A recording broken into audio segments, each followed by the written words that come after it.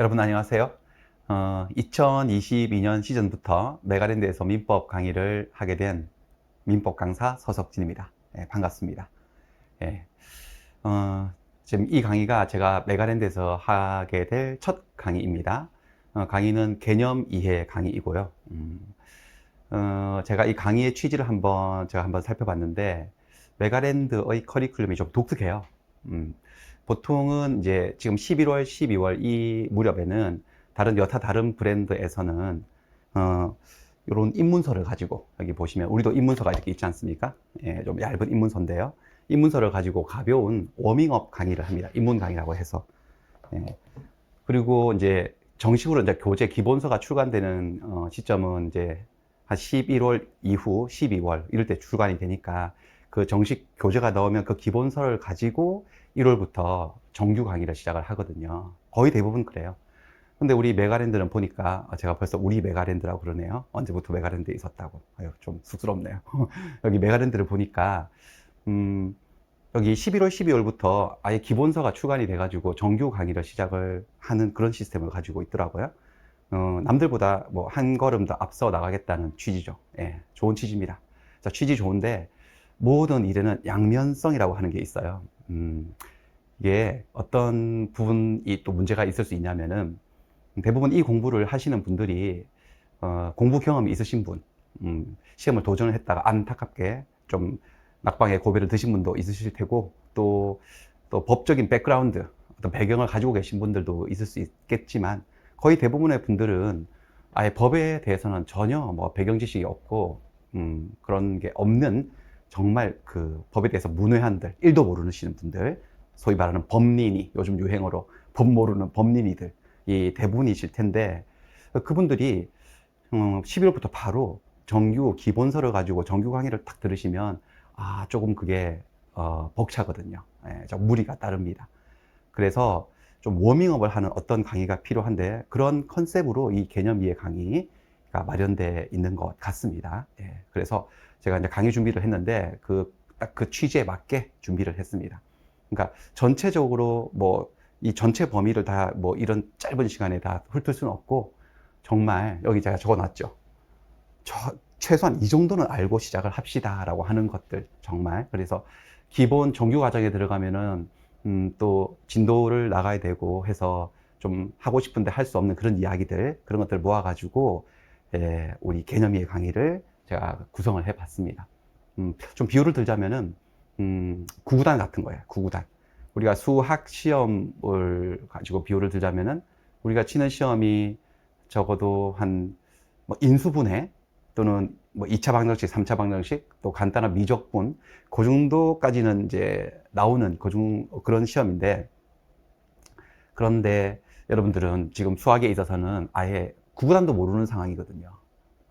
비유를 들자면 그렇다는 거죠. 그래서 정말 오늘 하는 강의 한 8시간 정도 준비했습니다. 근데 진짜 구구단이에요. 구구단. 2는 4, 2, 3은 6, 그런 것들 위주로. 영어 같으면 알파벳, 그런 것을, 강의를 해드리겠습니다.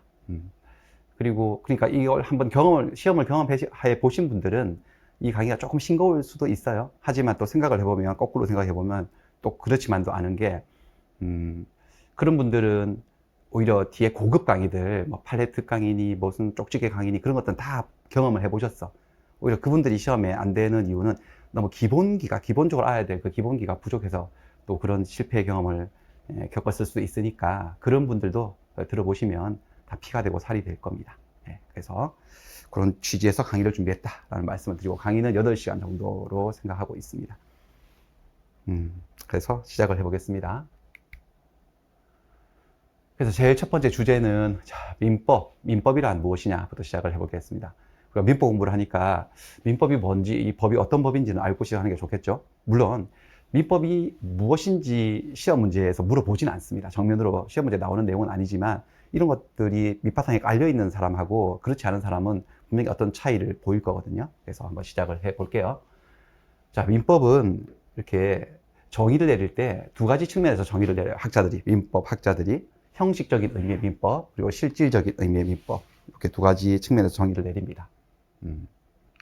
먼저 형식적인 의미의 민법은 뭐냐? 기계적인 어떤 뜻인데, 국회죠. 국회가 법률을 만들지 않습니까? 국회가 법률을 만들어서 대통령이 공포해서 현재 시행되고 있는 현행 법률이 1547개가 있어요. 지난달 13일 기준이에요. 1500개가 넘는 법률들이 있습니다. 엄청 많죠. 근데 모든 법률들에는 법 이름들이 다 있어요. 민법, 상법, 형법, 민사소송법, 뭐 법률들이 이름이 다 있거든요. 사람마다 이름이 있듯이. 그 중에서 민법이라고 하는 이름을 달고 있는 이 법요. 이 법을 형식적 의미의 민법이라고 얘기를 합니다. 그러니까 좀 듣고 보면은 좀 허무한데요. 형식적 의미의 민법은 보여드릴 수도 있어요. 이게 형식적 의미의 민법이에요. 이게 뭐냐면은 기본서에 딸려 있는 법령집이에요. 법령집 이걸 딱 펼쳐보면은 민법이 나옵니다. 민법 뭐 몇 조, 211조에서 쭉쭉 나오거든요. 이걸 민법이라고 해요. 그러니까 민법 전을 얘기하는 거예요. 형식적 의미의 민법은. 별것도 아니죠. 예. 이 민법 전을 민법이라고 하는데, 근데 이거 역사를 살짝 말씀을 드려보면은 이 법은 1958년도에 만들어졌어요. 그래서 60년도 1월 1일부터 시행되고 있는 법이고, 그 전에는 우리나라에 우리민법은 없었어요. 우리민법이 없어서 슬픈 역사지만 일본 민법을 쓰고 있었어요. 해방이 된 이후에도 우리 법이 없어서 일본 민법을 쓰고 있다가 드디어 이때 우리민법을 만들어서 그렇게 지금 시행되고 있습니다. 그래서 구민법 이런 말 쓰거든요. 구민법, 옛날 민법, 그 일본 민법 얘기하는 거예요. 그래서 그런 역사 때문에 현행 민법이 구민법, 일본 민법 영향을 엄청 많이 받았습니다. 용어 같은 것도 되게 비슷한 것도 많고 그렇습니다. 총 5편으로 구성되어 있어요. 챕터 5개로 구성되어 있는데 총칙, 물권, 채권, 친족, 상속 이렇게 5개 편으로 구성이 되어 있고요. 조문의 숫자는 처음 만들어질 때는 1조부터 1118조까지 해서 1000개가 넘는 조문을 가지고 있어요. 그러니까 여기 1500개 넘는 법률이 있다고 그랬잖아요. 이 법률들 중에서 가장 양이 방대한 법이 바로 민법입니다. 근데 지금 현재로서는 삭제된 조문도 있고 폐지된 조문도 있고 또 새로 추가된 조문도 있어서 정확한 개수는 저도 잘 모르겠습니다. 하여튼 그렇습니다. 이게 형식적인 의미의 민법이다. 별거 아니죠. 민법이 뭐냐? 그러면 민법 이렇게 대답하시면 되겠습니다. 그게 형식적 의미의 민법이고, 그보다 더 중요한 것은 이거겠죠. 실질적으로 민법이 어떤 법인가? 실제로 그런 거 말고 정말 민법이 어떤 법이냐? 그건 조금 이제 복잡해지는데 이 문제는 자, 실질적 의미의 민법을 한번 살펴볼게요. 자, 이렇게 정의를 내려요. 민법은 사인 간의 생활 관계를 규율하는 일반법이다. 이게 민법의 실질적 뜻이에요. 사인 간, 개인과 개인 사이의 관계를 규율하는 일반적인 법이다. 이 문장을 압축해서 딱 진술하면 4글자로 줄일 수 있어요. 일반사법이에요. 민법은 일반사법인데 이 단어 속에 개념의 징표가 3개가 딱 들어있네. 첫 번째 민법은 법이다. 두 번째 민법은 사법이다. 법 중에서도. 세 번째 민법은 일반법이다. 그래서 제가 그걸 갖다가 쭉 이렇게 분류를 해놨습니다. 첫째 민법은 법이다. 그렇죠? 두 번째 민법은 사법이다. 세 번째 민법은 일반법이다. 이렇게요. 그래서 법이 뭔 줄 알고 사법이 뭔 줄 알고 일반법이 뭔 줄 알면 민법이 뭔지를 좀 알게 되는 거지. 그런데 이제 지금부터 이 개념들을 배워 나갈 건데, 근데 우리가 어떤 개념을 공부할 때 그 개념을 단독으로 놓고 막 탐구하기보다는 요거하고 반대되는 거, 대조되고 대비되는 어떤 반대쪽 개념이 있으면 이렇게 비교를 하면서 요 특징을 이해를 하면 그 특징이 더 두드러져 가지고 이해가 더 쉽죠. 예. 그래서 반대 개념들을 한번 잡아보겠습니다. 자, 법에는 사법이란 법이 있어요. 사법이 있고 공법도 있어요. 여기 보세요. 공법이 있고 사법이 있어요. 근데 민법은 공법이 아니라 사법이에요. 그렇고, 그 다음에 법에는 일반법이 있고 특별법이라고 하는 법이 있어요. 일반법이 있고 특별법이 있어요. 근데 민법은 일반법에 속해요. 특별한 법이 아니고 일반적인 법이에요. 요건 좀 이따가 미루기로 하고, 그런 식으로 해서 그럼 위로 올라가 볼까요? 민법은 법이다 그랬는데, 그러면 민법이 법이면 법에 대비되는 어떤 다른 것들도 있느냐? 있어요. 그게 뭐냐? 여기 제가 지금 가져왔는데, 도덕, 관습, 종교 이런 것들이 법하고 대비되고 대조되는 개념들이에요. 어떤 의미에서 대조가 되느냐? 보세요. 도덕이니 관습이니 종교니 법. 이것들을 아우르는 또 상위 개념을 잡으셔야 되겠네. 보습하는 상위 개념이 뭘까요? 여기 있어요. 찾아볼까요? 여기 규범. 규범이라는 거예요. 자, 인간은 혼자 살아가는 존재가 아니잖아요. 공동생활을 해요. 같이 살아가요. 그러니까 여러 가지 사회적인 규범, 규칙이 존재할 수밖에 없어. 규칙. 우주가 탄생했잖아요. 빅뱅 팍 터져가지고 원래 하나였는데 다 하나였는데 팍 다 쪼개져가지고 전부 다 이게 갈라졌지. 우리 영혼들이. 그래서 원래는 다 하나였는데 그 하나인 줄을 망각한 우리들이 에고가 생겨서 그래서 이거 너와 나는 분리되어 있고 다른 존재고 이건 내 거고 이건 네 거고 이건 옳고 이건 그르고 막 그래서 싸우기 시작하는 거예요. 막 싸워요. 싸우다가 말 안 들으면 서로 막 죽이기도 하고 다투기도 하고 막 그러잖아. 그러니까 우리가 다 같이 살아가려면은 뭔가 규칙이 필요하게 된 거죠. 그래서 규범이 존재하는 거죠. 우리 인간 생활 사회에는 규범이 존재하는데 여기 있는 것들이 다 규범이에요. 도덕, 관습, 종교, 법 이거 다 규범들이에요. 그런데 제가 경계선을 딱 그어놨잖아요. 왼쪽에 있는 규범들하고 여기 있는 오른쪽에 있는 법 규범하고 뭔가 본질적인 차이를 보이고 있는 게 있어요. 뭘까요? 여기 글 속에 있는데 본질적인 차이가 바로 이겁니다. 강제라고 합니다. 강제. 강제성이 있냐 없냐. 그 규범 속에 강제력이 내재되어 있느냐 그렇지 않느냐 그 차이가 있는 거지. 법이라고 하는 규범은요, 이 법 규범은 그 국가 권력에 의해서 그 준수가 강제된다는 점에서 여타 다른 이런 규범들하고는 구별이 됩니다. 그래서 이런 말을 쓰죠. 이거는 자율적인 규범이다 그러고 약간 타율적인 규범이다 이런 말도 쓰지 않습니까? 뭐 볼게요. 어떤 사연들인지. 도덕 윤리인데 지금 얘 청년인데 방금 전까지 스마트폰 보면서 막 낄낄대고 있었거든요. 근데 노인분이 타니까 딱 바로 자는 척합니다. 자는 척합니다. 물론 여기가 노약자 자리는 아닙니다. 많은 노약자에게 자리를 양보해야 된다고 우리는 어릴 때부터 배웠지 않습니까? 노약자에게 자리를 양보해야 된다? 그건 법은 아니죠. 도덕 윤리예요. 하지만 그것도 우리가 살아가는 규칙 중에 하나라고 볼 수 있죠. 규범 중에.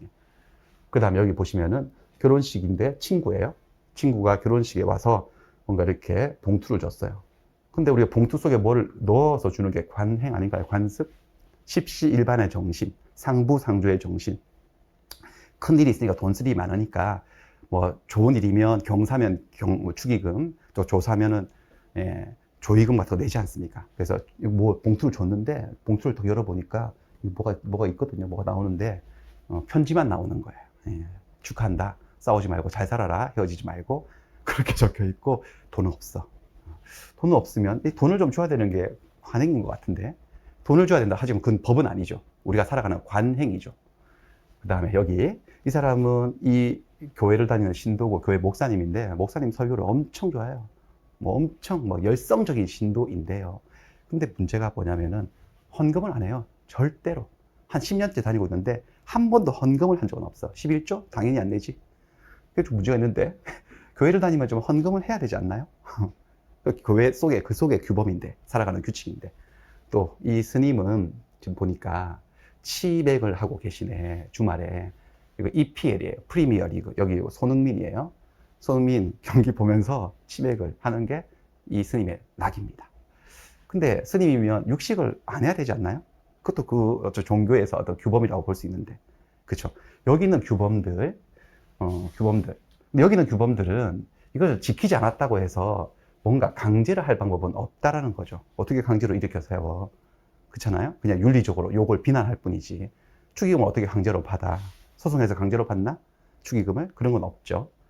그 다음에 헌금을 어떻게 해? 소송을 걸어가지고 왜 신도님은 10년 동안 우리 교회 다니시면서 한 번도 헌금을 안 내세요? 그동안 10년치 밀린 헌금 내세요? 라고 해서 이 사람 집을 소송을 해서 경매를 붙여가지고 헌금을 배당을 받아갈 수는 없지 않습니까? 여기도 마찬가지인데요. 뭐 이 스님에게 뭐 과태료를 부과하나? 치맥을 했다고? 강제할 방법이 없어요. 근데 여기는 얘기가 달라지네. 이쪽 얘기는 딱 보니까 이거 교통사고 났어요. 지금 보니까 삿대질하고 난리가 났는데 지금 이 남자분은 좀 연세가 많으시죠. 그 다음에 이 여자는 좀 젊은데 부녀지간이 아니에요. 부녀지간 아니고 이 분들의 관계는 원조예요. 원조교제예요. 그래서 이 젊은 여친하고 노닥거리면서 막 가다가 전방 주시 의무를 위반한 거지. 그래서 사람을 늦게 발견해서 차로 치여가지고 이 사람을 다치게 한 거예요. 교통사고를 낸 거예요. 자, 교통사고를 냈으니까 당연히 교통사고의 가해자죠. 얘는 피해자고, 가해자는 피해자에게 치료비를 물어줘야 되지 않나요? 치료비를 물어줘야 한다. 이거 손해를 배상해야 된다. 이게 법인가요? 법이죠. 질문도 이상하겠는데 이게 도덕인가요? 도덕 아니지. 무슨 도덕이야? 이게 관습인가? 종교인가? 아니에요. 이거는 법이에요. 법. 자, 교통사고를 낸 가해자는 피해자가 입은 손해를 배상해야 된다. 이거 법에 나와 있어요. 민법에 나와 있어요. 민법. 민법은 온갖 얘기들이 다 나와 있는 방대한 법이거든요. 근데 어디 나와 있느냐 한번 보여드릴게요. 이게 민법에 나와 있긴 한데 교통사고라는 단어로 나와 있진 않아요. 밑으로 한번 보여드릴게요. 그래서 보시면 민법 제750조가 있어요. 750조. 불법행위. 자, 750조는 여러분들 민법 공부할 때 꼭 아셔야 될 조문이에요. 민법에 조문이 1조부터 1118조까지 있다고 그랬잖아요. 근데 그 중에서 제왕 조항이 한 3개 있어요. 킹이 3개 있는데 2조. 그 다음 103조. 자, 민법 제2조는 시의 성실의 원칙. 103조 반사의 질서의 법률행위. 그리고 750조 불법행위. 이것들은 너무너무 중요한 조항이에요. 750조 불법행위의 내용인데 한번 볼까요? 뭐라고 적혀 있는지. 고의 또는 과실로 인한 위법행위로 타인에게 손해를 가한 자는 그 손해를 배상할 책임이 있다. 이렇게 돼 있어요. 자, 법조문을 제가 읽는 방법을 한번 가르쳐 드릴게요. 법조문은 어떻게 돼 있냐면 100%다 그런 건 아닌데 거의 대부분 조건 명제식으로 규정이 돼 있어요. 뭐냐? 뭐뭐 하면 뭐뭐 한다 이렇게 돼 있어요. 뭐뭐 하면 뭐뭐 하면 뭐뭐 한다. 앞에 있는 것을 원인인데 이게 요건이라 그래요. 뭐뭐 한다 이 부분을 효과라고 그래요. 그래서 이런 요건이 갖추어지면 이런 효과가 발생한다. 이런 구조를 가지고 있는 조문들이 거의 대부분이에요. 실체법 조문들은. 그렇습니다. 그리고 효과가 발생한다는 것은 다름 아닌 권리의 변동을 얘기해요. 권리가 발생되고 변경되고 소멸되는 걸 얘기해요. 한번 볼까요? 그렇게 돼 있는지. 이게 무슨 말이냐? 고의 또는 과실로 인한 위법행위로 타인에게 손해를 가한 자는 손해를 배상할 책임이 있다. 다르게 해석해 볼까요? 고의 또는 과실로 인한 위법행위로 타인에게 손해를 가하면 이거죠. 그런 행위를 하면 그게 원인이 갖추어지면 요건이 갖추어지면 손해배상할 책임이 생긴다. 손해배상의 의무가 발생한다. 권리와 의무가 발생한다. 이 소리예요. 자, 그래서 하나씩 보겠습니다. 고의 또는 과실로 인한 위법행위로 타인에게 손해를 가하는 행위를 불법행위라고 하는 겁니다. 그것을 불법행위라고 하고 그 손해를 가한 자를 불법행위의 가해자라고 해요. 이 사람을 가해자라고 하고 그 손해를 입은 타인이 있죠. 이 사람을 피해자라고 하지. 요건을 한번 볼까요? 어떤 요건이 구체적으로 필요한지. 첫 번째 요건은 가해자에게 고의 또는 과실이 있어야 됩니다. 고의나 과실. 고의라고 하는 것은 내가 이런 행동을 하면 그런 결과가 생길 거라는 것을 다 알고 일부러 그렇게 하는 거지. 과실이라고 하는 것은 그 의도, 고의는 없었지만 부주의해서 실수해서 그런 결과를 야기시킨 그런 흐리멍텅한 정신 상태를 얘기합니다. 고의 또는 과실로 인한 위법행위로.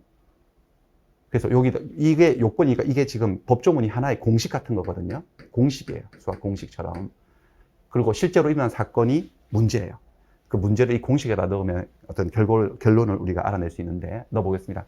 아까 전에 그 교통사고를 낸 그 가해자 있죠. 원주 교제한 그 사람. 물론 고의적으로 사람을 친 건 아니겠지만 과실이 있죠. 전방 주시 의무를 위반했으니까 과실이에요. 그리고 이건 또는으로 돼 있으니까 둘 중에 하나만 있으면 돼. 고의 또는 과실. 과실이 있으니까 1번 요건 통과. 두 번째 요건. 위법행위를 저질렀어야 돼. 위법행위. 위법행위가 뭐냐? 위법행위의 반대 개념은 적법행위거든요. 위법과 적법의 개념. 위법, 법을 위반했다. 적법, 법을 지켰다 이거지. 그러니까 사람의 행위를 법이라는 잣대를 딱 들여서 보면 두 가지 행위밖에 없지. 위법행위하고 적법행위 이렇게. 법질서가 금지한 행위.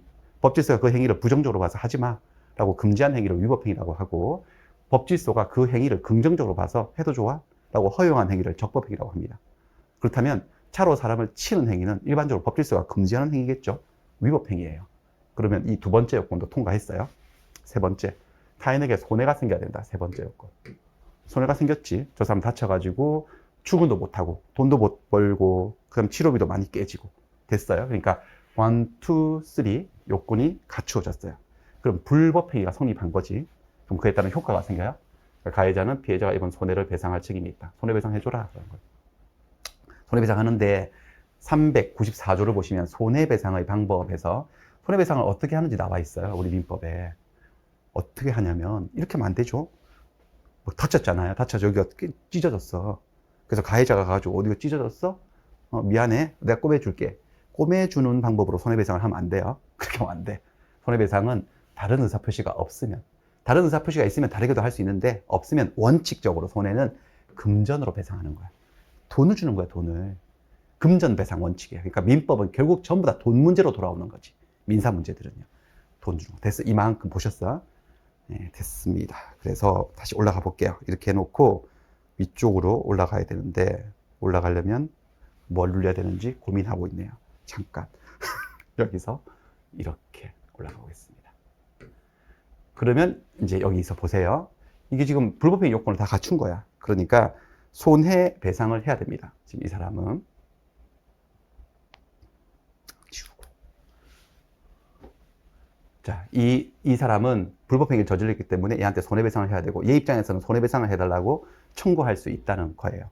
근데 이거는 문제는 저깃들은 아까 보신 것들은 그거를 그렇게 하지 않는다고 해서 어떻게 강제로 그 내용을 실현할 방법이 없었잖아요. 근데 그건 강제할 방법이 있습니다. 그러니까 예를 들어서 이 사람이 교통사고를 당해서 입은 손해가 금전으로 우리가 계산을 했을 때 예를 들어서 1,000만 원이다. 그럼 1,000만 원의 손해배상을 강제적으로 받을 방법이 있다는 거예요. 근데 여기서 중요한 게 뭐냐. 강제를 하긴 하는데, 강제가 되는데, 그게 스스로 강제하면 안 돼. 무슨 소리냐. 내가 1,000만 원을 받을 권리가 생겼다고 해서 이거 갖다가 가서 이 사람을 가서 협박을 해가지고 강제로 1,000만 원을 뺏어오면 안 돼요. 그렇게 하는 걸 뭐라 그러냐면은 자력구제라고 해요. 자력구제라고 해요. 이게 어떤 단어인지 아시겠습니까, 여러분들? 자력이라고 하는 게 뭐죠?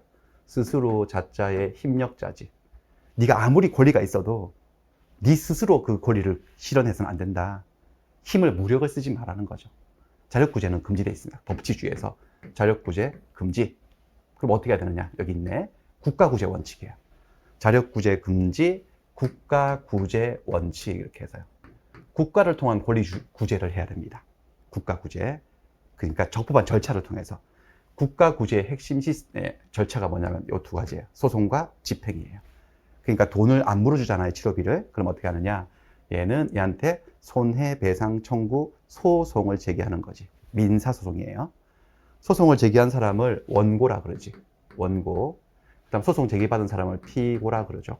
소송을 제기하면, 그래서 판사님, 내가 여차저차해서 제가 운행하는 차에 다쳤는데 치료비를 안 물어주네요.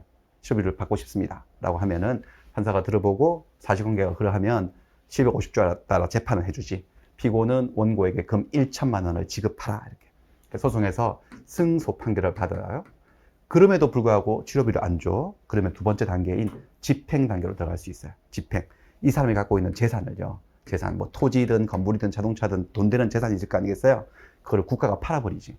그래서 돈으로 만들어가지고 얘한테 1,000만 원 갖다 줘버려요. 국가가. 그러니까 국가를 통해서 권리 구제를 한다는 거죠. 요거 잠깐 한번 보여드릴게요. 요거를 보기 위해서 밑으로 한번 내려가 보겠습니다. 이게 다음 페이지 여기 있거든요. 여기. 보세요. 여기를 보시면 보세요. 이게 국가구제 시스템이 남아 있는데 아까 그 사건에서 손해배상 청구 소송을 제기해요. 법원에다가 소송을 제기하면 판사가 들어보고 땅땅땅 치료비 물어줘라 피고야 이렇게 해서 판결을 내려서 승소 판결 받아 그 다음에 집행을 하는 거지. 집행은 3단계로 이루어져요. 집행을 3단계는 첫 번째는 압류를 해요. 아까 그 원조 교제한 그 남자 있죠. 재산 중에 돈 되는 재산을 압류하지. 그래서 못 팔도록 딱 처분 금지 시켜놓고 그 다음에 환가시켜요. 환가시킨다는 게 뭐냐면은 물건을 돈으로 바꾼다 이 소리예요. 다르게 말하면, 더 쉽게 말하면 현금화 시키는 거예요. 현금화. 돈으로 바꾸는 거지. 이게 바로 뭘까요, 여러분들? 이게 우리가 알고 있는 경매 절차예요. 경매라고 하는 거. 자, 경매는 여러분들 자기가 그 물건 주인이 자기가 스스로 원해서 파는 게 아니죠. 사정이 여차저차해서 강제로 국가에서 팔려나가는 거잖아. 그래서 그거를 더 뭐 사고 싶어가지고 뭐 막 적어가지고 가격을 적어서 제일 가격을 많이 써낸 사람에게 국가가 팔아버리는 거잖아요. 팔면은 돈으로 바뀌는 거죠. 이 사람 재산이. 그 다음에 이제 배당 절차에 참가해서 배당을 받는 거야. 이렇게 해서 국가를 통해서 소송과 집행을 통해서 강제적으로 돈 1,000만 원을 받을 수가 있다는 겁니다. 다시 돌아가겠습니다. 자, 그래요. 그래서 다시 근본으로 돌아왔습니다. 이쪽으로 돌아왔는데 별 내용은 없어요. 별 내용은 아니지만 좀, 그래서 민법은 법이다라는 거예요. 법이다. 그러니까 다른 도덕이니 관습이니 종교 보세요. 여기도 축의금 아까는 안 낸 거 있죠. 축의금 안 됐을 때 축의금 내라고 소송 걸어가지고 강제 집행을 할 수 있을까요? 헌금 될까요, 그거? 안 됩니다. 예, 그것들은 강제성이 없는 규범들이기 때문에 그렇게 안 되고, 여기는 그게 된다는 거죠. 됐어요? 그래서 민법은 우리가 공동생활을 하면서 지켜야 될 여러 가지 규범들 중에 하나인 법인데, 법은 다른 여타 규범하고는 달리 강제성이 있다는 특징이 있다는 거죠. 강제가 된다는 그 점이 특징이고, 강제를 할 때 조심할 것, 스스로 강제하면 안 된다. 강제로 가서 돈을 뺏어오면 안 되고, 적법 절차를 통해서 국가 구제 시스템을 거쳐야 된다. 국가 구제 시스템은 소송과 집행이다. 됐어요. 이게 첫 번째였어요. 민법은 그런 규범이에요. 그래서 민법에 뭐라고 나와 있잖아요. 규범들에 이렇게 해야 된다, 저렇게 해야 된다, 이건 하면 안 된다, 뭐 저렇게 해야 된다 나와 있는데 그대로 실현이 안 되죠. 그럼 국가에 호소해서 그 내용을 강제적으로 실현할 수 있다는 점, 그게 첫 번째 민법의 특징입니다. 자, 그 다음에 두 번째로 가서요. 지우고, 민법은 그런 법 중에서도 사법이에요. 사법입니다. 사법. 법에는 공법이 있고 사법이 있어요. 법을 공법과 사법으로 분류하는 것은 오래된 역사예요. 저 옛날 로마 시대 그때부터 그렇게 분류를 했대요. 예. 이 같은 법이어도 같은 게 아니에요. 완전히 근원도 다르고 출발된 그 역사적 배경도 다르고 법을 지배하는 원리 달라요. 분쟁 해결 절차도 달라요. 그래서 어떤 법은 공법이고 어떤 법은 사법이냐. 일단 구별하는 이유는 뭐냐. 공법 같은 경우는 공법을 지배하는 원리는 법치주의예요. 법치예요. 법치. 법대로 가는 거예요. 사법을 지배하는 원리, 사법관계를 지배하는 원리는 자치예요. 사적 자치. 우리끼리 알아서 하는 거야. 사사로운 관계니까. 그 다음에 공법관계에서 뭔가 문제가 생기잖아요. 그럼 여기는 분쟁 해결 절차가 행정소송을 해요. 그 다음에 여기 사법관계에서는 뭐 개인적인 문제들이기 때문에 여기는 행정소송을 하는 게 아니고 민사소송을 하게 되지. 그래서 뭔가 다른 점들이 많아요. 공법하고 사법관계는. 그래서 어떤 법이 공법이고 어떤 법이 사법인지 구별하는 기준은 뭐냐? 기준은 뭐냐? 여러 가지 기준들이 있어요. 학자들은 여러 가지 기준들을 내세우는데 그 중에서 한 견해가 뭐냐면은 주체를 가지고 구별을 하면 되겠다라는 주체. 결국 법이라고 하는 것은 갑하고 을하고 두 주체가 부딪힌 거잖아. 싸우는 거잖아요. 싸울 때 그 중간에 딱 개입해서 이렇게 한다라고 규율하는 것이 그런 게 법규범인데, 갑하고 을하고 싸우는데 이 갑이 누구냐, 을이 누구냐, 요거 가지고 이제 구별하는 거야. 이 갑, 그냥 일반적인 개인이에요. 을, 그냥 일반 개인이에요. 얘하고 얘 사이에 뭔가 문제가 생겼어. 법률적인 문제. 요 관계를 규율하는 법요. 사인과 사인 사이의 관계를 규율하는 법은 사법이라고 얘기를 해요. 그 다음에 여기 위에 보시면 다른 주체들이 나와요. 대한민국, 그 다음에 시장군수구청장, 경기도, 또 시장군수구청장. 얘들은 사인이 아니죠. 한 사적인 인간이 아니고 공권력의 주체지 않습니까? 그러니까 우리는 개인과 개인 사이에서 어떤 관계를 맺고 살아가지만 국가하고의 관계도 있고 시장군수구청장하고의 관계도 있고 지자체하고의 관계도 있고 권력 주체하고의 관계도 맺고 살아가거든요. 걔들하고도 뭔가 부딪힘이 생길 수 있어요. 그럴 때 개인과 개인 사이의 관계를 규율하는 법을 사법이라고 하죠. 사법. 그 다음에 공권력의 주체하고의 관계를 규율하는 법을 공법이라고 얘기를 해요. 이런 거 공법이고, 얘하고 싸울 수도 있어요. 경기도하고 대한민국하고 싸울 때도 있거든요. 뭔가 싸운다기보다는 뭔가 문제가 생길 수 있어요. 그런 것들도 공법인 거지. 볼까요? 공권력의 주체, 상호간, 또는 그 공권력의 주체하고 사인 간의 관계를 규율하는 법이 공법이고, 그 다음에 사인과 사인 간의 관계를 규율하는 법이 사법인 거예요. 뭔가 느낌은 어떤 거냐면요. 뭔가 수평적이고 대등한 관계를 규율하는 법은 사법이고, 수직적이고 명령, 복종의 관계를 규율하는 법이 공법인 거예요. 완전 다르지. 그래서 예를 들면 지금 이 토지 매매 계약을 한 건데, 매매 계약. 매매가 뭐예요? 매매. 사고 파는 거지. 사고 판다. 이제 법을 하나도 안 배웠을 때는 사고 판다 이렇게 말하면 되지만, 정확한 매매의 뜻은 563조에 나옵니다. 매매. 정확한 것은 나중에 하기로 하고 지금 사고 판다 그럴게요. 토지를 사고 팔아요. 사고 파는 과정에서 매도인하고 매수인 사이에 뭔가 문제가 생길 수 있잖아요. 매도인이 소유권 이전을 제대로 안 해준다든지, 아니면 매수인이 중도금 잔금을 제대로 지급하지 않는다든지, 매도인이 배신을 해가지고 이중매매를 해버린다든지, 딴 데 팔아버린다든지, 여러 가지 문제가 있을 수 있잖아요. 그럴 때 이 관계를 규율하는 법이 사법인 거예요.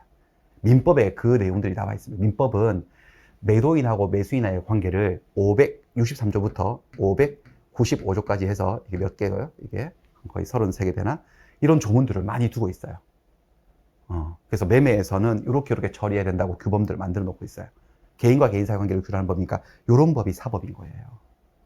그런데 매매 과정에서 이 두 사람만 부딪히는 게 아니고 국가하고의 관계로 뭔가 문제가 생겨요.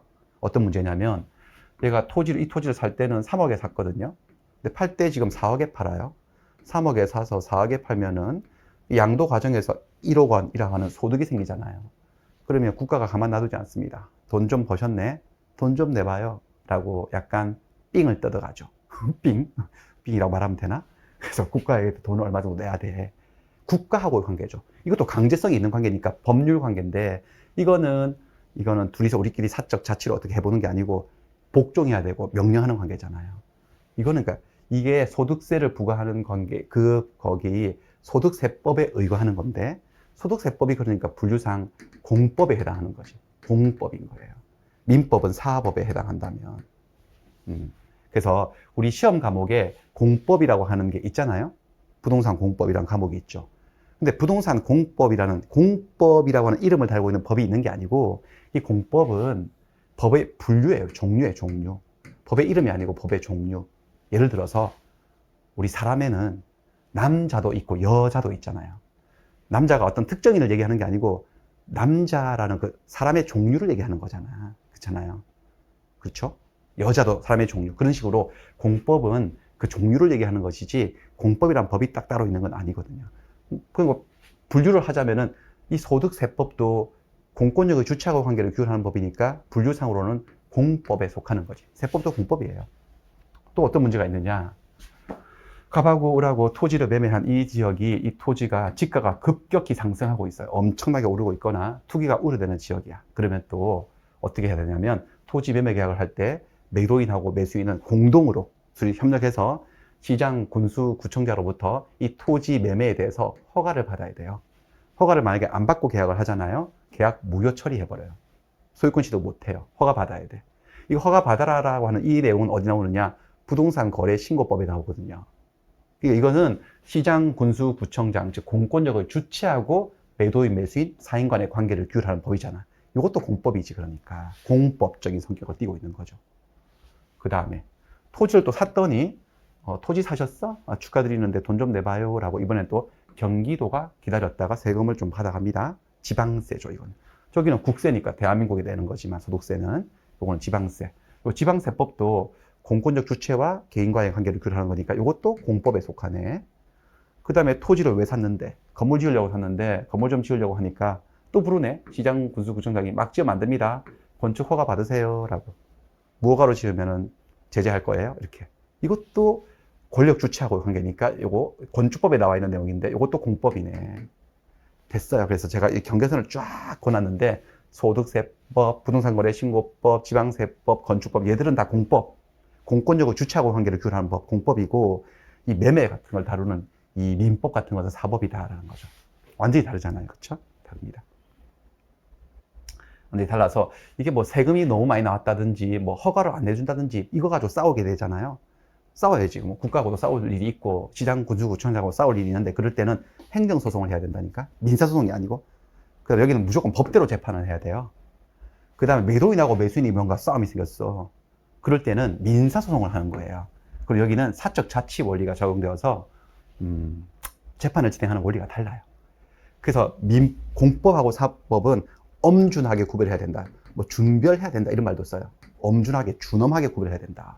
되게 많이 다르죠. 물론 법에 따라서는 그 한 가지 법에 공법적인 색채하고 사법적인 색채가 다 혼재되어 있는 법들도 있습니다. 있지만은 대체적으로 이렇게 분류하는 게 일반적인 통설적인 태도이고, 그래서 이게 법의 성격이 완전히 달라서 수업만 들어봐도 딱 차이가 나는 게, 제 수업을 듣잖아요. 민법 수업을 들으면 제가 오늘은 첫날이어서 민법이 뭔지를 설명하다 보니까 공법 얘기들이 좀 나오죠. 시장, 군수, 구청장 이런 얘기들이 나오지만 이제 본 수업에 들어가면은 안 나옵니다. 쟤들은. 제 수업에는 누가 나오느냐? 끊임없이 나오는 애들이 갑, 을, 병, 정 이런 애들이 나오는 거예요. 무, 기 이런 애들요. 사인들이 등장을 하는 거예요. 근데 공법 수업을 한번 들어보세요. 공법 선생님들 입에서는 끊임없이 맨날 1년 내내 시장, 군수, 구청장, 국토교통부 장관, 국장 이렇게 해서 막 그런 사람들 이름이 계속 거론되지 않습니까? 아예 다른 법 분야에서 그런 거예요. 그러니 법이라고 다 같은 법이 아니니까 혹시 저한테는 이런 공법 문제 이런 거 질문하지 마세요. 몰라요. 세금 이런 문제 있죠. 허가 문제, 건축 허가 문제 이런 거 저한테 질문하지 마세요. 저도 잘 몰라요. 그리고 공법 선생님들한테 이런 민법 얘기 있잖아요. 너무 깊숙하게 질문하시면 안 돼. 잘 모르세요. 정확하게. 너무 깊숙한 부분은. 아시겠습니까? 그래서 민법은 사법이다. 사법이다. 됐어요? 이거 시험 문제거리하고도 연결돼요. 그래서 민법에 나와 있는 내용들은 공법 관계는 기본적으로 적용되지 않는다. 나중에 이제 본 수업 들어가면 그런 거 응용해서 요거 이제 백그라운드로 들은 분하고 그냥 생짜로 외우는 분하고 차이가 있겠죠. 그러니까. 됐습니다. 자, 그 다음에 자, 올 클리어. 판서 다 지우고 세 번째 내용으로 넘어가겠습니다. 세 번째 민법은 일반법이에요. 일반적인 법이에요. 특별법이 아니에요. 민법은. 특별한 법이 아닙니다. 좀 더 올려볼게요. 법을 또 일반법하고 특별법으로 분류를 하는데 말 그대로예요. 일반적으로 적용되는 법이 일반법이고 특별한 경우에만 적용되는 게 특별법이에요. 세월호 특별법 이런 거 들어보셨죠? 그 사건만 규율하기 위해서 특별히 만든 법이잖아요. 법은 적용 범위에 따라 나누는 거예요. 어디까지 적용되느냐 이 법이. 일반법, 특별법으로 나뉘는데 일반법은 어떤 사람들이 싸우냐, 어떤 장소에서 일어난 일이냐, 어떤 문제 가지고 싸우냐 가리지 않아. 닥치는 대로 그냥 랜덤, 제너럴하게 딱 적용되는 법이 일반법이고 특별법은 특정한 사람, 특정한 장소에서 일어난 일, 특정한 사건, 사안에 대해서만 한정돼서 적용되기 위해서 만든 스페셜한 특별법이 그게 특별법이에요. 근데 민법은 일반법에 속하고 상법, 주택, 임대차보호법 얘들은 특별법이지. 딱 봐도 상법은 모든 사람들 관계에 적용되는 게 아니고 기본적으로 상인들 사이, 상인과 상인 사이의 관계를 규율하는 법이겠죠. 상법, 특별법이네. 주택, 임대차보호법은 임대차를 하는 물건이 주택일 때 이렇게 주택일 때만 적용되는 법이죠. 공장일 때도 적용한데 상가일 때도 적용한데 토지일 때도 적용한데 오로지 주택의 임대차에만 딱 적용하기 위해서 만든 특별법이에요. 근데 법을 일반법하고 특별법으로 왜 나누느냐? 왜 이걸 우리가 구별을 하느냐? 구별하는 이유가 바로 여기 있어요. 특별법 우선의 원칙. 요것 때문에 구별을 하는 거예요. 요것 때문에. 일반법하고 특별법이 상충하는 경우가 있거든요. 어떤 사건이 딱 터졌어. 어떤 문제. 근데 일반법에는 그 문제는 이렇게 처리합니다. 라고 규정되어 있는데 특별법에는 아니야. 그 문제는 저렇게 처리합니다. 라고 서로 딴소리를 하고 있네. 그럴 때죠. 그럴 때는 어떻게 하느냐. 당연히 특별법이 우선적으로 적용된다는 거이지. 우선적으로 적용하려고 만들어 놓은 특별법이니까 적용이 되고 특별법이 규율하지 않는 사항에 대해서 특별법이 그 부분에 대해서는 함구하고 있는 거야. 말을 안 하고 있어? 그러면 이제 일반법이 적용되는 거죠. 그러니까 일반법은 특별법에 대해서 비해서 이렇게 얘기하죠. 보충적으로 적용된다. 우선적으로 적용되는 게 아니고 보충적으로 적용이 되는 거예요. 이거를 특별법 우선의 원칙이라 하는데 한번 보여드릴게요. 제가 이제 임대차를 가져왔는데 임대차가 뭐냐면은 빌려준다는 소리고 빌려 쓴다는 거죠. 빌려주는 사람을 대주, 빌려주는 사람을 차주라 그러죠. 여기 임자는 임료를 얘기해요. 또는 차임을 얘기해요. 그러니까 차임, 사용료를 내고 물건을 빌려 쓰는 관계를 임대차 관계라고 합니다. 임대차. 요거 임대차에서 물건 빌려준 사람을 임대인이라고 하고요. 임대인. 그 다음에 물건을 빌려 쓰는 사람을 임차인이라고 얘기를 합니다. 들어보셨죠? 이런 용어들은. 근데 임대인하고 임차인 사이에도 다툼이 생길 수 있잖아요. 개인과 개인 사이 관계네. 여기도 민법에 618조부터 654조에 조문을 37개 정도 더 가지고 임대차에 관한 사항을 규율하고 있어요. 그런데 민법은 일반법이어서 빌려준 물건이 무엇인지를 가리질 않아요. 토지를 빌려줬나? 토지 임대차, 공장 건물 임대차, 주택 임대차, 이건 상가예요, 카페예요. 상가 건물 임대차, 자동차, 뭘 빌려줬는지를 따지지 않고 하여튼 임대차에 문제가 생겼어? 그럼 다 민법은 무조건 다 개입이 되는 거지. 일반법이기 때문에. 그런데 여기 보시면은 요거는 카페, 이렇게 잘 안 보이시죠? 카페, 커피 마시는 카페인데 상가, 점포지. 이 점포가 임대된 거예요. 점포 임대인하고 임차인 사이 다툼이 생길 수 있을 때 그때 임차인을 보호하기 위해서 특별히 만들어 놓은 상가 건물 임대차 보호법이라는 게 있어요. 딱 봐도 특별법이죠. 임대차를 한 물건이 오로지 상가 건물일 때만 적용하겠다는 거예요. 그러니까 상가 건물 임대차에는 민법도 적용이 되고 상가 건물 임대차 보호법도 적용되는 거야. 두 개가 다 적용되는 거예요. 그런데 다 적용되는데 서로 딴소리를 하고 있는 경우도 있을 거 아니겠어요. 이렇게 민법하고 상임법, 법이 너무 길어서 제가 줄여서 말할게요. 상임법이 동일한 사안에 대해서 서로 딴소리를 하고 있을 때가 있어. 그럴 때는 어떻게 되느냐, 상임법이 우선적으로 적용되지. 여기가 특별법이 우선적으로 적용되고 민법은 적용되지 않는 거예요. 일반법은. 그거 한번 보여드릴게요. 그 예를 한번 보여드리겠습니다. 보시면은 다 지워버렸네. 길을 잘못 늘렸어요. 보시면은 여기 있어요. 여기 민법 제640조, 그 다음에 상가건물 임대차 보호법 10조. 여기 몇 조 앞에 아무 소리 없는 건 다 민법들이에요. 민법이고, 여기는 보시면 상가건물 임대차 보호법이에요. 10조의 8. 자, 정문 제목이 똑같아요. 민법 640조, 차임 연체했을 때 계약 해지 조항이에요. 상가건물 임대차 보호법 10조의 8, 차임 연체했을 때 계약 해지 조항이에요. 제목 똑같죠? 근데 얼마나 다른 소리를 하고 있는지 한번 봐봐요. 건물, 기타 공작물의 임대차에서는 임차인의 차임 연체액이 2기의 차임액에 달하는 때에는 임대인은 계약을 해지할 수 있다라고 되어 있어요. 2기, 두 번 얘기하는 거예요. 그러니까 매달 100만 원씩 주기로 했어. 그럼 2기의 차임액은 얼마죠? 200만 원이지. 200만 원이 연체되면 그러면 계약을 임대인이 해지해서 임차인을 내쫓을 수 있다는 거예요. 근데 여기는 그냥 건물 이렇게 돼 있잖아요. 그러니까 이 건물이 이게 공장이든 주택이든 상가든 뭐든 창고든 가리지 않는 거예요. 가리지 않는데, 그런데 상가건물 임대차 보호법 10조의 8에는 뭐라고 하고 있느냐, 임차인의 참여 연체액이 2기가 아니야. 3기의 참여액에 달할 때 임대인은 계약을 해지할 수 있다고 서로 다른 얘기를 하고 있는 거지. 자, 이렇게 되면 일반법하고 특별법이 서로 충돌이 일어난 거예요. 이럴 때는 적어도 이 차임 연체 문제에 있어서는 민법 제640조는 적용되지 않는 거예요. 640조의 이 건물에는 상가 건물은 빠져버리는 거지. 상가 건물의 임대차에서는 이 조문이 적용될 거니까. 이게 무슨 말인지 아시겠죠? 그래서 3기, 3번, 300만 원 연체가 돼야 돼. 300만 원은 지가 연체가 됐을 때만 계약 해지가 되고 2기 연체가 좋은 해지가 안 된다는 거죠. 상가 건물은. 그런데 주택임대차 보호법이라는 특별법도 있거든요. 근데 주택임대차 보호법은 주택 임차인들을 보호하기 위해서 만든 법인데, 이 법에 가보면 딱히 임차인들을 위해서 요 민법의 기본 2기를 3기나 4기로 좀 늘려준 조항이 없어요. 없어. 없으면 주택의 임차인이 차임을 연체했을 때는 주택임대차라 하더라도 민법 640조가 적용되는 거지. 여기 주택은 들어가는 거예요. 무슨 얘기인지 아시겠어요? 주택의 임차인이 차임을 2기분 연체를 하잖아요. 그럼 계약 해지가 되는 거지. 무슨 얘기인지 이해되시죠? 됐어요?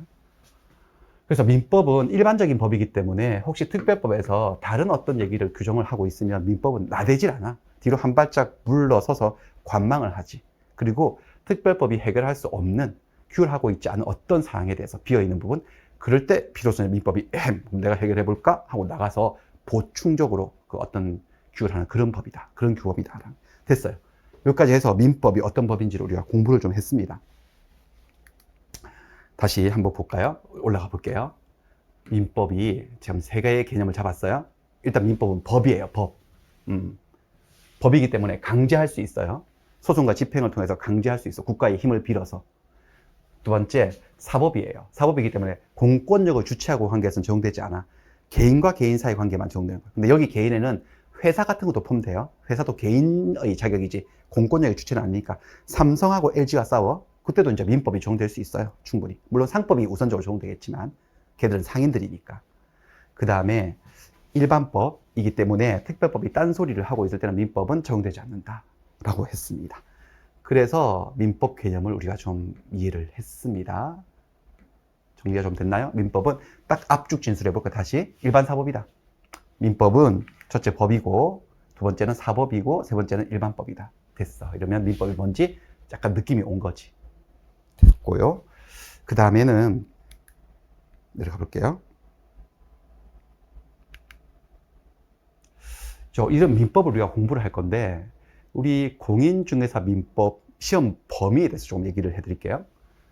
공인중개사 시험이 민법을 그러면 저 방대한 민법을 다 다루는 거냐? 아니요. 그건 절대 아니에요. 다 다루면 정말 너무너무 공부할 게 많아서 너무 괴로운데 다행이에요. 빠지는 부분들이 제법 있어요. 자, 민법은 총 5편으로 구성되어 있다고 그랬죠? 5편. 제1편 총칙, 제2편 물권, 제3편 채권. 자, 지금 물권, 채권이 뭔지 설명을 안 드리고 있는데 못 드리지. 왜냐면 이게 그렇게 딱 뭡니다라고 한마디로 해가지고 여러분들이 아, 그렇구나 라고 이해시켜 드릴 그럴 내용이 아니에요.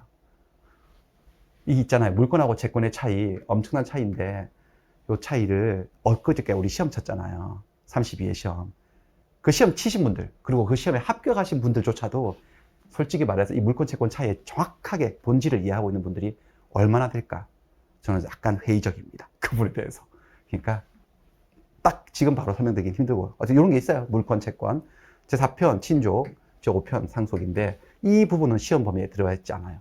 그냥 우리 공인중개사 시험에 아니 업무하고는 별 관계 없잖아. 예. 민법이 1118조로 돼 있는데 766조까지가 여기까지예요. 767조부터 친족법이 시작되거든요. 친족의 정의해서 친족이 뭔지. 그렇습니다. 또 상속법은 또 997조인가 그때부터 가가지고 쭉 가요. 이 부분들은 우리가 전혀 시험에서 다루지 않아요. 가족법이라고 합니다. 친족, 상속법, 가족법 빠지고 대신 이 자리에 뭐가 들어오냐면 우리 중개사 시험 과목의 정확한 명칭이 뭔지 아세요? 민법 및 민사 특별법이잖아. 자, 이제 이 시험 과목의 이 뜻부터 우리 이해가 될 수 있어요. 지금 방금 특별법이라는 게 뭔지 배우셨지? 민법은 일반법이잖아요. 그러니까 일반법, 민법에서 이만큼 문제를 내고 그다음 이 민법과 관계된 특별법들이 엄청나게 많을 거거든요. 그 특별법에서 문제를 또 내겠다라는 거예요. 어떻게 내느냐? 여기서 85%를 내요. 민법에서 85%, 34문제를 출제를 하고 민사특별법에서 15% 정도, 6문제를 출제를 해요. 그거 한번 보여드릴게요. 보통 이쪽을 재산법이라고 해요. 물권하고 채권이 재산적 성질을 가진 그런 권리들이거든. 재산권이라 해서 재산법이라고 그러고 이쪽은 가족법이라 그래요. 그래서 밑으로 조금 내려가 보면은 보세요. 제가 이 우리 민법 공부를 하는 일을 산을 오르는 일에 비유를 한 번씩 들어요. 산을 오르는 일. 근데 산이 오를 산이 4개의 산이 있는 거지. 첫 번째 산, 총칙. 총칙이라는 산이에요. 총칙 한번 그냥 보여드릴까? 총칙에서 10문제 나와요. 물권에서 14문제. 그 다음에 계약에서 10문제. 특별법 여기 있네. 특별법 봉우리가 산이 5개 있죠. 이 5가지 특별법에서 6문제가 이렇게 출제가 된다는 말씀입니다. 다시 올라가 보면 총칙은 총괄적인 규칙이 소리예요. 그러니까 총칙이 있고 여기 있는 것들이 다 각칙이거든요. 여기 개별적인 이야기들이고 이건 총괄적인 규칙, 이것들을 공통 원리를 아우르는 것을 서두에 뽑아놨거든요. 법전 체계가 그래요. 민법 총칙에서 10문제 나오는데 총칙에서는 권리의 변동을 일으키는 원인인 법률행위, 이 법률행위에서 10문제 정도가 나온다라고 돼 있어요. 법률행위 쭉 이런 내용들로. 그러니까 빠지는 부분들이 제법 있는 거지. 총칙에서도. 이게 지금 시험에 안 나온다는 거거든요. 이 부분은. 그 다음에 물권은 거의 다 시험에 나와요. 물권. 총칙을 보시면 총칙에 구름도 걸려있고 엄청나게 높은 산이에요. 엄청나게 높은 산이니까 오르기가 쉽지 않지. 난해하고 약간 뜬구름 잡는 듯한 느낌이 드는 그런 부분이고, 물권은 또 물권도 어마어마한 거대한 산이에요. 산도 크고 그다음 위험해요. 뭐 화산 터져 있죠. 지금 잘못하면 죽어요. 잘 따라오셔야 돼. 길을 잃지 않도록. 14문제 출제가 됩니다. 14문제인데 물권은 총론, 강론 이렇게 돼 있어요. 총각 체제거든. 총각. 총론은 총괄적인 이론, 강론은 개별적인 건데, 물건을 지배하는 권리를 물권이라고 하는데요. 물건을 지배하는 권리가 몇 개나 있냐면 8개가 있어요. 8가지 물권이 있어요. 첫 번째 점유권, 두 번째 소유권, 그 다음에 용익하는 물권 3개 있어요. 지상권, 지역권, 전세권, 담보물권 3가지 있어요. 유치권, 질권, 저당권. 8가지 물권들을 각계 격파로 따로따로 배우는 게 강론. 거기서 한 10문제 나오고, 이 8가지 물권들이 가지고 있는 공통적인 원리를 배우는 게 총론. 거기서 한 3-4문제 나와요. 이렇게 나와요. 그 다음에는 계약법. 계약법인데, 계약법은 좀 보니까 산이 좀 만만하게 생겨서 동네 뒷산이에요. 제일 만만하고 제일 쉬워요. 10문제 나오는데, 계약도 계약의 총괄적인 내용들, 총론. 그 다음에 계약 강론에 들어가면은 15가지 계약들이 법전에 쭉 나오거든요. 15가지 계약이. 15가지 계약을 다 배우는 게 아니고 3가지 그 중에서 3가지 계약만 시험에 출제를 합니다. 매매계약, 교환계약, 임대차 계약. 매매, 교환, 임대차를 중개하시잖아요, 여러분들. 그래서 그렇습니다. 여기 한 10문제 나오고 그다음 특법에서 6문제 나오고 하는데, 그런데 그래서 제가 이번 8시간 정도로 진행되는 우리 개념 이해 강의, 요 사실상 워밍업 강의죠. 요 강의에서 제가 여러분들한테 보여드릴 것은 이거 다 보여드릴 수 없어요. 이건 뭐 수십 시간 해도 다 안 되는 거기 때문에 보여드릴 수 없고, 저의 목표는 뭐냐 이거지. 여기 총칙에 법률행위 나오잖아요. 법률행위. 법률행위에 총설 파트 조금 할 거예요. 맛만 볼 거예요. 진짜 9구단. 9구단도 고급 9구단도 아니야. 7단, 8단 아니고요. 진짜 2는 4, 2, 3은 6. 2단, 3단, 4단 정도? 그런 얘기들. 여기는 안 할 거예요. 여기는. 안 할 거예요. 그 다음에 물권법에 가서도 여기만 할 거예요. 여기 보시면은 총론. 요거만 조금 할 거예요.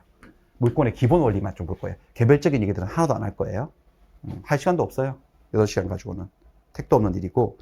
그 다음에 계약법에도 총론 부분 조금 이렇게 해가지고, 각 어떤, 이건 특별법은 아예 하지도 않을 거예요. 건드리지도 않을 거고. 그래서 각 그 내용들의 초반부 도입부에 나오는 원리들, 그런 것들만 좀 모아서 최소한 요 정도는 알고 들어갑시다 라고 하는 것을 강의를 해드리겠다라는 겁니다. 자, 우리 첫 시간에는 지금 2가지를 말씀드렸어요. 민법이 어떤 법인지를 설명을 드렸고, 그 다음에 우리 민법의 중개사 시험에서의 민법 시험 과목으로서 민법 범위에 대해서 설명을 드렸습니다. 요거 여기서 잠시 이제 쉬었다가 2번째 시간에는 본격적으로 이제 법률 관계를 시작을 해보도록 하겠습니다. 잠깐 쉬었다 할게요. 네.